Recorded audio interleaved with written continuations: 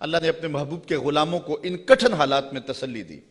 وَضْرِبْ لَهُمْ مَثَلًا أَصْحَابَ الْقَرْيَةِ، محبوب انہیں اس شہر والے لوگوں کی کہانی سناؤ. یہ محبوب کے قلب کو اور حضور کے غلاموں کے دل کی تسکین کے لیے اللہ نے کہا، چونکہ کہانیوں کے ساتھ ویسے بھی انسان کا جو رجحان ہے وہ طبعی ہوتا ہے، فطری ہوتا ہے. کہانی کی طرف میلان ایک فطری ہے، انسان کی طبع میں رکھا گیا، شوق سے سنتا ہے. کسی زمانے میں شام کو بچے دادی اماں کے بستر میں گھستے تھے کہ اس سے کہانیاں سننی ہیں، اور دادی اماں اپنی روایات، اپنا کلچر، اپنی تہذیب، اپنا تمدن اور اپنی خاندانی روایات اس کہانی کے اندر سمو کر کے ان بچوں کو اخلاقیات کا درس، اپنے مذہب کا درس اور اچھائیوں کا درس اور تقوی کا درس اس ایک کہانی میں رکھ کے ان کو دیا کرتی تھی.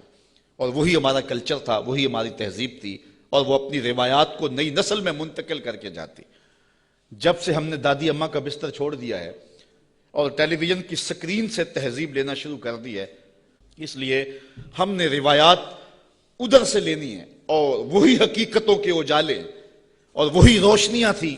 اور آج ہم پتہ نہیں کیا کس کو کلچر قرار دے رہے ہیں. میں 2-4 دن پہلے لاہور میں 4-5 جگہ پہ درس پہ رہا ہوں، اور جگہ جگہ کلچر میلے اور کیا کچھ دیکھتا رہا ہوں، تشہیر اس کی. تو میں کہا تھا، جگہ جگہ میں نے کہا یہ ہمارا کلچر نہیں ہے. جو ماہرین ہیں اور جو فنون والے ہیں وہ کہتے ہیں کہ جو کلچر ہوتا ہے کسی بھی قوم کا، اس پر جغرافیے کی اور مذہب کی چھاپ ضرور ہوتی ہے. یہ کبھی نہیں ہو سکتا کہ کسی قوم کا کلچر، اس کی تہذیب اس کے جغرافیے سے اور اس کے معتقدات سے، اس کے عقائد سے ہٹ کر ہو. تو یہ سارتا پا برہنہ کلچر یہ ہمارا کلچر نہیں ہو سکتا، نہ مشرقی کلچر نہ حجازی کلچر.